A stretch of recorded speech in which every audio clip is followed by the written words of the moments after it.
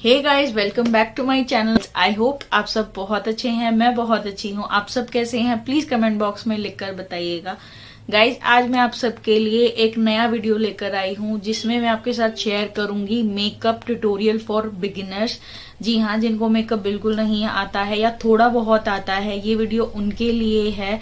इसे कोई भी ट्राई कर सकता है एंड इसमें मैं आपके साथ ये प्यारा सा क्यूट सा लुक शेयर करूंगी। आई होप आप सबको ये लुक पसंद आएगा एंड आपके लिए ये वीडियो हेल्पफुल रहेगा। अगर आपके लिए वीडियो हेल्पफुल रहता है तो प्लीज कमेंट बॉक्स में लिखकर बताइएगा एंड वीडियो को ज्यादा से ज्यादा शेयर कीजिएगा। So without any further do, let's get started with the video.